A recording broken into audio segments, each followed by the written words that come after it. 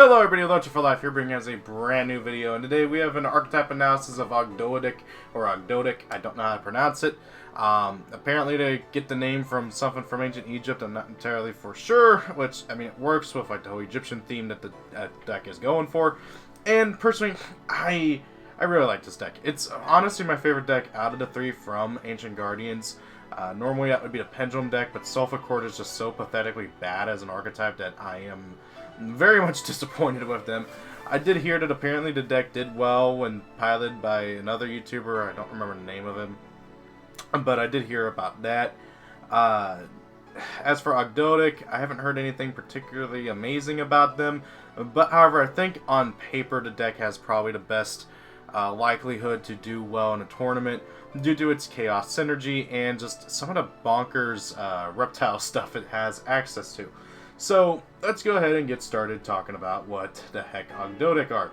So Ogdoadic are a chaos reptile deck. Yeah, you heard me right. They are reptiles and they are all light or dark. They have 4 level 4s, 4 level 8s, and then 1 level, I think he's a 10. I think he's 10, yeah. Because he's supposed to be here to god cards and stuff. 2 of the level 4s are light, 2 of the level 4s are dark, 2 of the level 8s are dark, 2 of the level 8s are light, and then you got the big boss who's light, just light. Kind of makes me wish they'd release another big boss that is dark and kind of has another effect to go with him, but who knows, maybe that'll happen one of these days. The deck is, of course, also a reptile deck and very graveyard-centric. The deck basically uses its graveyard as a secondary hand, and it gets kind of ridiculous with how well the deck is able to make use of the graveyard, both for revival purposes and also for purposes for chaos themes, which makes the deck have a very wide range of toolbox, both from the chaos strategy and from the reptile strategy. So this deck has a lot going for it, and it's kind of scary. As I said, it has easy synergy with past reptile decks, as well as also chaos monsters. It's primarily a control deck, like if you look at it as an archetype, but the deck can OTK very easily once you start incorporating chaos elements into the archetype, which allows for a very varied playstyle depending on what you want to go for. You can go first or second with this deck, generally speaking, and you'll do fine. That being said, let's go ahead and get started talking about the actual cards. Starting off with arguably the single most important card in the deck, Nunu, the Ogdoadic Remnant. He's a level 4 light reptile effect monster, 0 attack, 0 defense. You can send this card from your hand to the graveyard, send 1 dark reptile monster from your deck to the graveyard. If you control no monsters, or you control an Ogdoadic monster, you can spell summon this card from your graveyard, but banish it when it leaves the field. Also, you cannot spell summon monsters, except reptile monsters, while this card is face up in the monster zone. You can only use each effect of Nunu, the Ogdoadic Remnant, once per turn. So right off the bat, this thing is a fool's burial for dark reptiles. Meaning, you discard it and you send a dark reptile, you instantly have a light and a dark in the graveyard for chaos monsters. And on top of that, if it's in the graveyard, you can special summon it for free, provided you control either an Ogdoadic or no monsters. Meaning this card is one of the best cards to see first turn, if not the best card first turn, in Archetype. There is a really good reptile support card that I'm sure everybody has heard of called Snake Rain, and that you generally want to see right away, and Nunu is one of the best targets to get in the graveyard. He's just simply that good of a playmaker. Also, his restriction to reptiles is only limited to while he's on the field. So, if you, for instance, I don't know, link him off, or use him for Xyz material, or tribute him off, you don't have to worry about that restriction anymore. It's just while he's on the field, which he's not going to be on the field for very long. This card is just flat out stupidly good. You need to play 3 of it in an archetype. Then you got its brother, Naia, the Ogdoadic Remnant. Level 4 Dark, 0 attack, 2,000 defense. Don't know why this one has 2,000 defense when Nunu has 0, but hey, whatever. Has the exact same effect as Nunu, except you discard it to send a light monster, a light reptile, from your deck to the graveyard. So you open both, you're instantly able to get 4 monsters in graveyard, which is pretty stupid. And then, if this card is normal or spell summon, you can add 1 Ogdoadic spell or trap card from your deck to your hand. You can only use each effect of Naia, the Ogdoadic Remnant, once per turn. This card is another instant 3 of. You discard it to send a light monster, light reptile, but I digress. And you just instantly get material in graveyard for your chaos monsters. You can send a Nunu off of Naia in order to well, be able to, get him in the graveyard for using his graveyard effect. Or you can send another dude, like for instance the level 8 light. I forget its name off the top of my head, but however, you tribute a monster, spell summon it, spell summon an Ogdoadic from your graveyard. So like for instance Nalia, and then you get to search. It's really good. The fact that this card is a spell and trap card searcher is also really important, because while the vast majority of Ogdoadic spells and traps are not particularly great, they have a really busted spell card that is absolutely necessary to play in the archetype. And so you need to play Nalia to be able to search that out. Even if you didn't search it off of Nalia, you would definitely still be playing this card for its graveyard effect. Well, for the effect is discard to send graveyard, I mean. Then we got Zoha, the Ogdoadic Boundless. Level 4, 1500 attack, 1700 defense. If this card is sent from the field to the graveyard or spell summoned from the graveyard, you can activate this effect. Your opponent draws one card, and if they do, you add one Ogdoadic monster from your deck to your hand, except Zoha, the Ogdoadic Boundless. Then each player sends one card from their hand to the graveyard. If this card is in your graveyard, you can send one card from your hand to the graveyard, add this card to your hand. You can only use each effect of Zoha, the Ogdoadic Boundless, once per turn.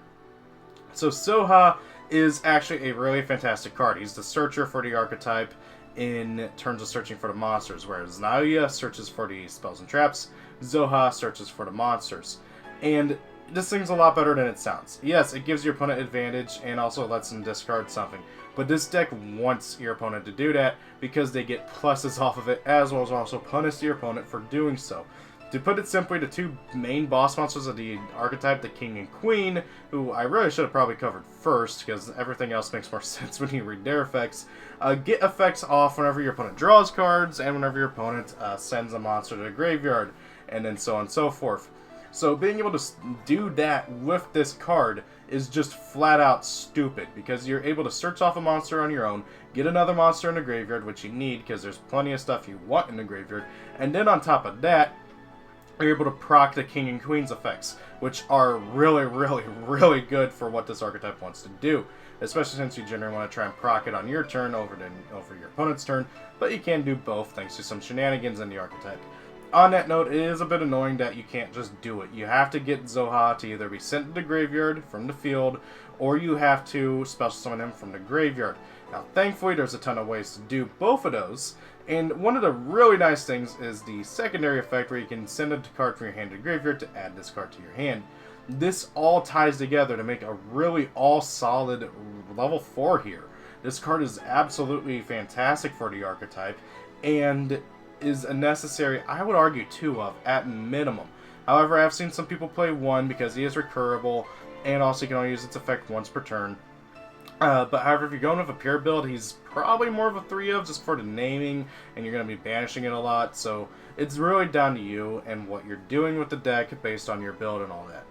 But personally, I wouldn't play any less than 2, and probably honestly no more than 2, but I've seen some people play 3, and it makes sense when they explain it. So then we got his I guess, big brother, who's not as impressive. Flogos the Ogdoadic Boundless is arguably one of the worst monsters in the archetype. This thing is 1800 attack, 1400 defense, level 4 light. First and foremost, it has the same exact effect as Zoha in the graveyard, where you can send a dude from your from your hand to the graveyard to add it to your hand. That right there is pretty much the only reason why you play this thing, on top of the fact that it's another name. But other than that, this thing is very disappointing, and it's mainly because its effect is not nearly as good as Zoha. So when this card is sent, if this card is sent from the field to the graveyard, or spell summoned from the graveyard, you can target one face-up monster your opponent controls, and one monster in their graveyard with an equal or higher attack than that monster. Spell summon that monster from the graveyard to their field, and if you do, send that other monster you control to the graveyard. If this card is in your graveyard, you can send one card from your hand to the graveyard, add this card to your hand. Yeah, this card is not particularly great.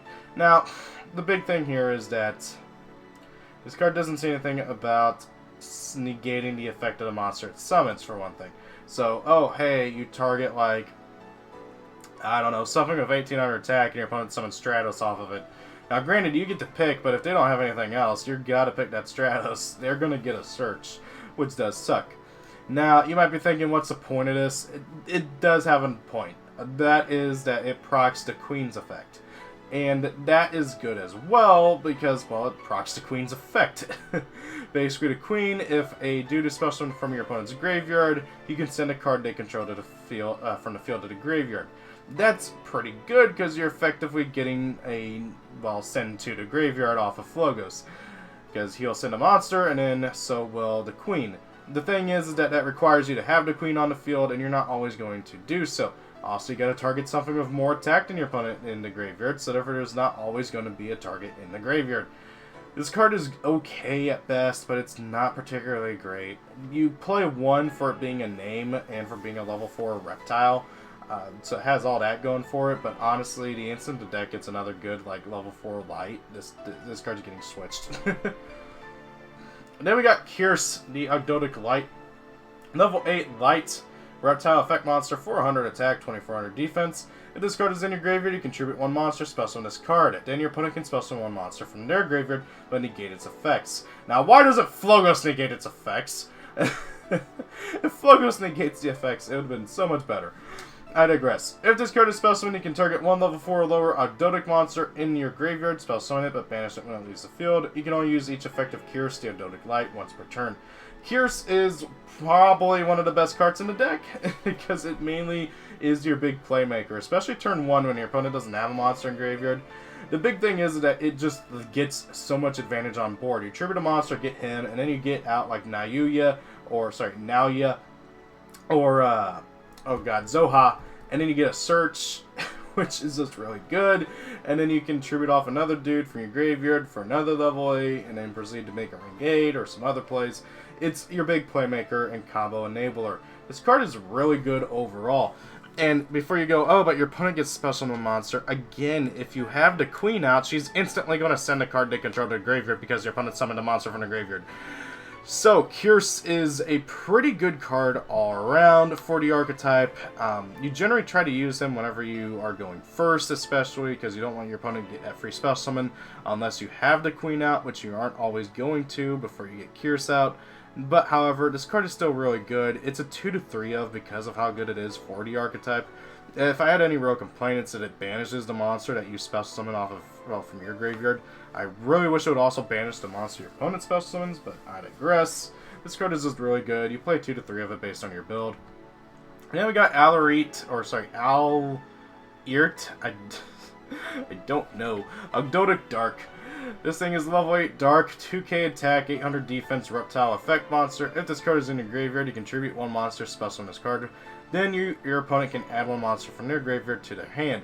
If this card is special summoned, you can target 2 of your banished monsters, including a reptile monster, return them to the graveyard. You only use each effective Alarit, I don't know, the Ogdoadic Dark once per turn. So, this card will trigger the King, who sends a card from your opponent's hand to the graveyard whenever your opponent adds a monster, well, any card from their anywhere to their hand. Which is cool, because that'll trigger the King, and hopefully you'll hit something like an Ash or something. I don't know. It's nice. That being said, this card is the worst of the level 8s, and one of the ones that people really look at and go, ew, that's horrible, because it doesn't do a huge amount for the archetype. Yes, it does refill your graveyard, which is super nice, especially for Chaos builds, and it's also level 8 with 1 tribute for its special summon, so therefore you can easily make more rank 8s with this card. So there is a lot of valid reasons to play it. On that note, it's also another Ogdoadic name, and this deck really likes having Ogdoadic monsters in the graveyard, and right now we have a total of, what, 9? Until we get more, especially in the main deck, or heck, even extra deck monsters maybe one day, you kind of need to play at least one of him, unless you're going for a very different build. Now, that being said, he is still a good card. I mean, you get to put 2 guys back into your graveyard, which might help out with getting more Chaos monsters on the field, or maybe you'll put, like, a Nunu and a Naoya in your graveyard, and you'll use the Nunu effect, spell summon, and tribute for the Kyrse, then the Kyrse will special summon the Naoya, and then you'll get a search. Pretty decent card all around. Not the greatest thing in the world, it's an okay one of. Next up is Aaron, the Ogdoadic King. He is a level 8 light reptile effect monster, 2500 attack, 2800 defense, and has the following effects where once per turn, if it's in your graveyard, you contribute 2 monsters, special summon this card. If your opponent adds a card or cards to their hand, except during the draw phase or damage step, you can send 1 random card from their hand to the graveyard. If a monster or monsters your opponent controls is sent to the graveyard, except during the damage step, you can add one light or dark reptile monster from your deck or graveyard to your hand, except a copy of himself. You can only use each effect of Aaron, the Ogdoadic King, once per turn. So Aaron is a really great boss monster. He's one of the deck's 3 main boss monsters. Really one of the 2 central core ones, paired with the Queen, and is just an all-around very superb one. He is very much more of a support kind of boss monster in that he just gets you a ton of advantage, most notably being a kind of Dark Law, but not really a Dark Law, and also being able to recur you a monster or search you a monster once a turn as well.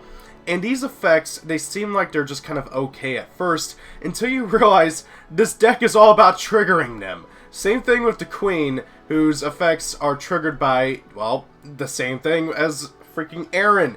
A lot of the monsters, as you might have noticed, have had repercussions or kind of negative effects where to give your opponent something.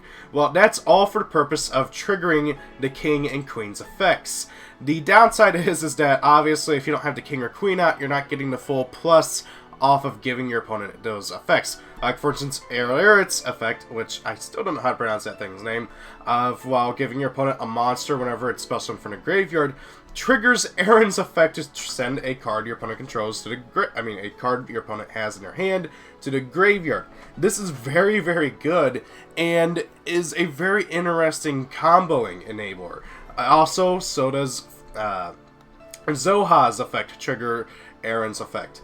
Likewise, Flogos and Kurus both trigger the Queen's effect, which we will get to here shortly. Very good card all around. The general goal of the deck is to get out the King and Queen so you can start really plussing off of these effects triggering together. But let's go ahead and talk about the Queen before we really start talking about how good these effects get, well, when paired. Next up is Amnesia, the Ogdoadic Queen, level 8 Dark Reptile Effect Monster, 27 attack, 2100 defense, same summoning condition as the King, where you contribute 2 monsters, special summon it from your graveyard.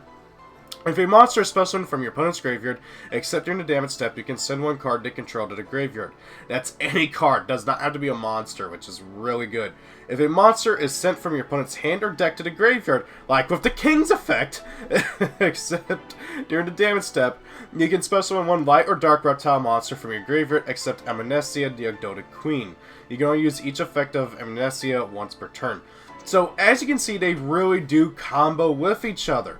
Like, for instance, when the King's effect triggers to discard a card, that will trigger Amnesia's effect to, well, get to special summon a monster. And then when Aaron's effect triggers to add, you'll generally also get the effect to send a card sometimes, not all the time. Or, well, rather, I should say the Queen's effect will trigger Aaron's searching effect. Likewise, Kurus and Flogos' effect to special summon monsters from your opponent's graveyard to their field will trigger the Queen, which will then in turn trigger the King, so you just get all sorts of plussing. It is ridiculous how much advantage you can get off of this deck once it gets going. The issue, of course, is getting this deck going, which it's not horribly hard if you open the right hand. But if you don't, this deck very much can brick very hard. This deck is one of those glass cannon decks where whenever it opens really good, it's kind of scary to go against. But however, it's also very bricky at times. It can be. And if your opponent ashes the right things, the deck kind of just flunders. So this is one of the reasons why you haven't seen the deck do particularly well in long-term tournaments. Because in long-term tournaments, it has a better chance of, well, bricking, so therefore you have a less chance of, well, winning. So this deck is really good for, like, I don't know, locals? Locals, where you don't really tend to duel, like, 10 rounds or something. And for good reason, because this deck is really good all around. Generally speaking, you're going to want to play the King and Queen in equal numbers. Maybe play more Queen because she's kind of better than the King. But at the same time, they pair well with each other, so you want to try and get them both out. On that note, let's talk about the big boss, Ogdoadic, the Ogdoadic Overlord. This is a level, I believe 10, it might be 11. 1, 2, 3, 4, 5, 6, 7, 8, 9, 10. No, it's level 10, that's what I thought. Level 10 3100 attack, 2200 defense, light reptile effect monster. If this card is in your graveyard, you contribute 3 monsters. Special summon this card. Once, while this card is face up on the field, a quick effect, you can send all monsters from the field to the graveyard, except face up monsters special from the X check. You can only use each effect of Ogdoadic, the Ogdoadic Overlord, once per turn.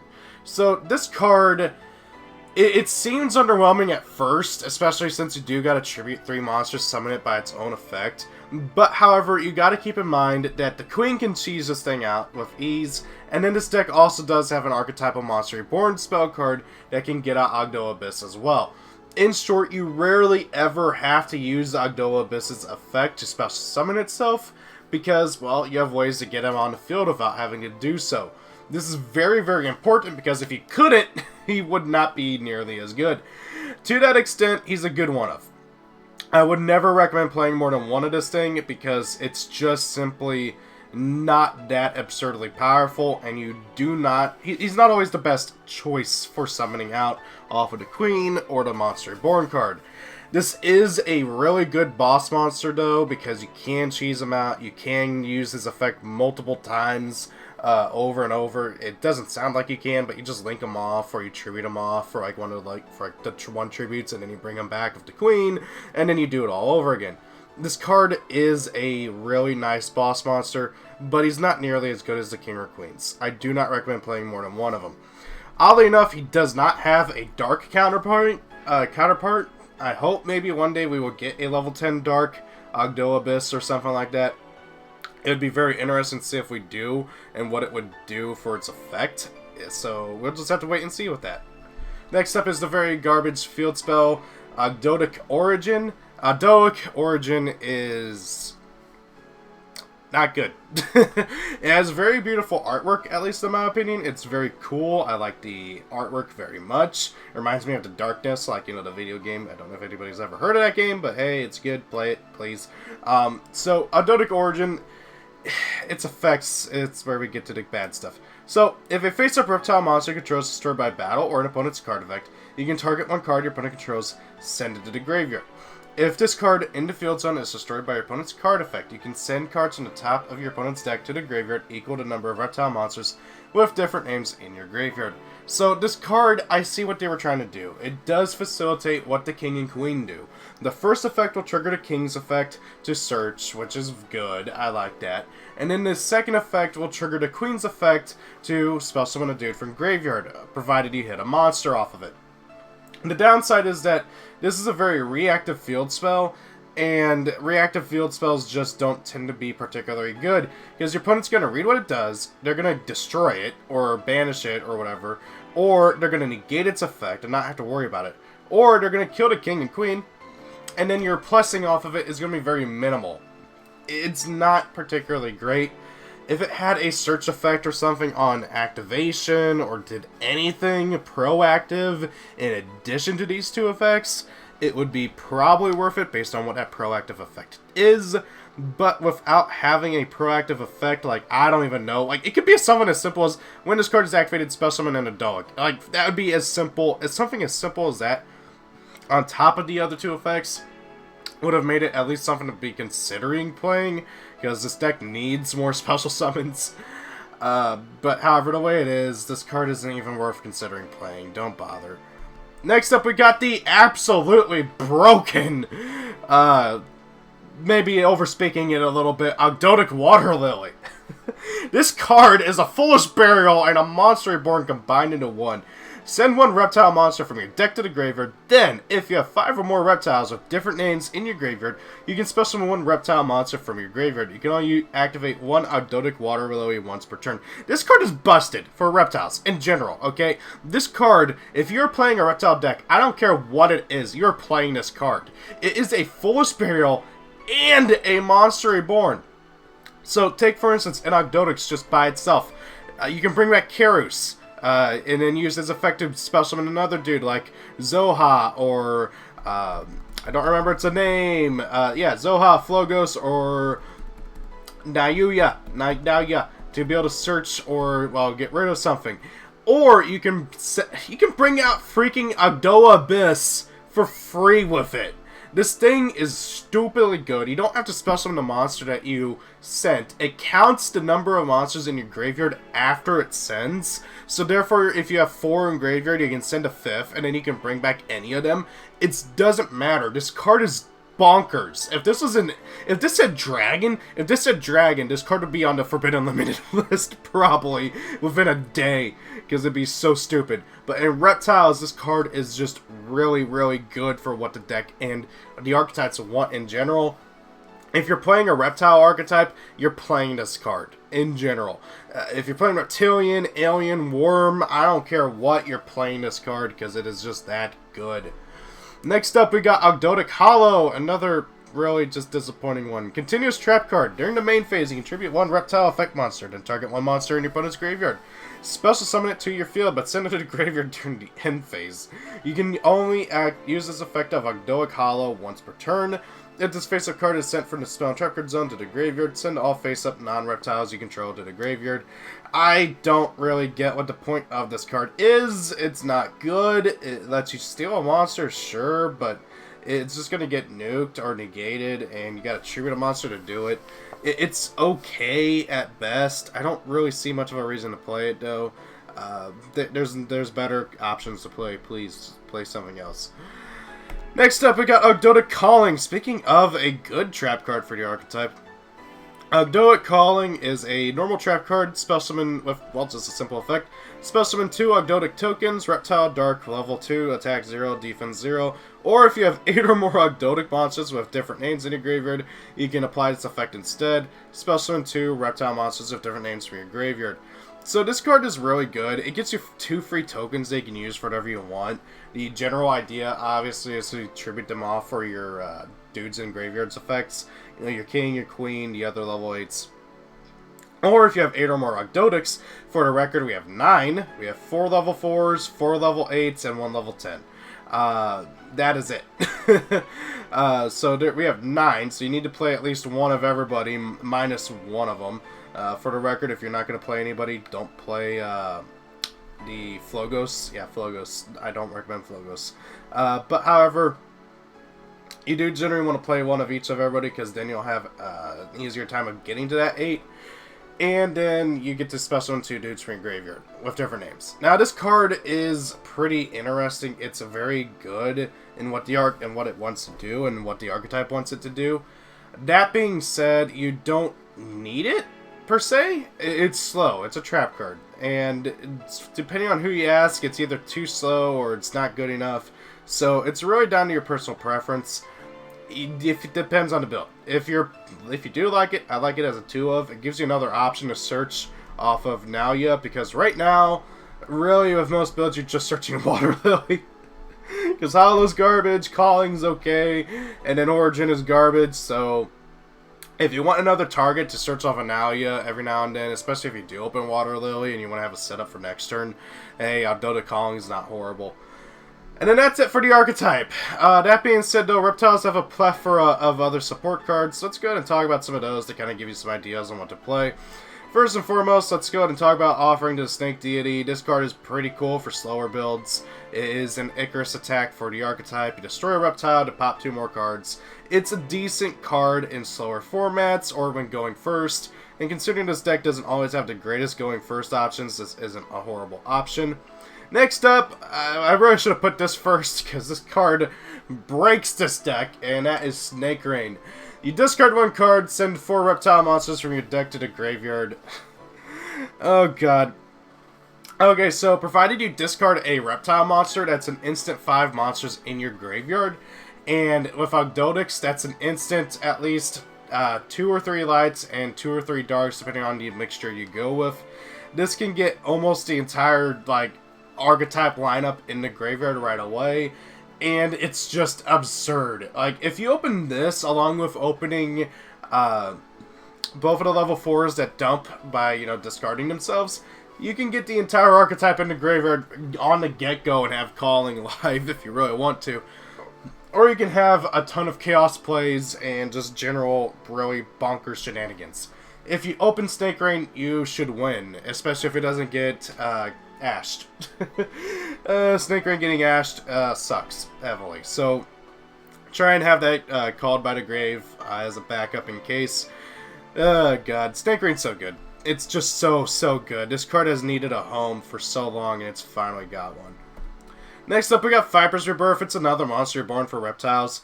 Activate only if all monsters in your graveyard are reptile monsters. Select one non-tuner in your graveyard, special summon it, and destroy it during the end phase. This card's really good for what you want to do with the archetype. You don't really care about if it gets destroyed because you'll just make a rank 8 or a link play or something. Or you'll tribute it off for your other stuff. It's another option. It's not necessary though. I mean, you can't even just play Monster Reborn. It's really just down to you. Light Serpent is bonkers in this deck. Just wanting to say. So this is a Reptile Light level 3, 1200 attack, 800 defense. If this card is sent from the hand to the graveyard, you can spell summon it from your graveyard. This card cannot be used as secret material. So the big thing is that it combos with Flogos and Zoha, because their effects to send the card from your hand to the graveyard to add them to your hand will trigger Light Serpent. Also, if you're playing a Chaos build and you discard this thing for Chaos space, it'll trigger it. So this thing is a 1 to 3 of based on your build and how much discarding you're doing. It's also really handy if you're playing the Danger Engine, which is another great engine to play in this archetype. You can also test around with the Nemesis engine. I've been testing that around a bit. It's okay, but the Danger Engine's really busted. Then we got Alien Shock Trooper M-Frame. I recommend at least one of him, as was also Reptilian Echidna. So, Alien Shock Trooper M-Frame is a Link rating 2, light reptile effect monster, 1900 attack, quick effect. You can discard one monster, place 8 counters equal to its original level on face-up monsters in the field, distributed as you wish. If this card is destroyed by battle or card effect and sent to the graveyard, you can special summon non-link reptile monsters with different names from your graveyard up to the number of monsters with your opponent controls with 8 counters. Something that I really like doing with this card is, your opponent is gonna run it over. Okay, quick effect, discard a dude, put 4 to 8 counters based on what I discarded onto my opponent's monsters. Oh no, my M-Frame dies. Plop 8 monsters on board. Well, 4 monsters on board, 5 monsters on board. It's really stupid that this thing is basically a slow soul charge. You gotta be really careful with it. It's very, very nice and very, very good, especially with the stuff that does lock you into reptiles. And it's another light, so there's that as well. That being said, this thing's really handy going first, just for whenever your opponent does break your board or something. It's very, very nice. Moving on, we got Reptilian Echidna, who is a kind of parallel to M-Frame. She's a dark reptile, linked to left and bottom right arrows. Needs 2 monsters, including a reptile, and does not need specifically 2 reptiles, which is really handy. 200 attack, which is garbage. I still hate that, Konami. Reptilians need better support than that.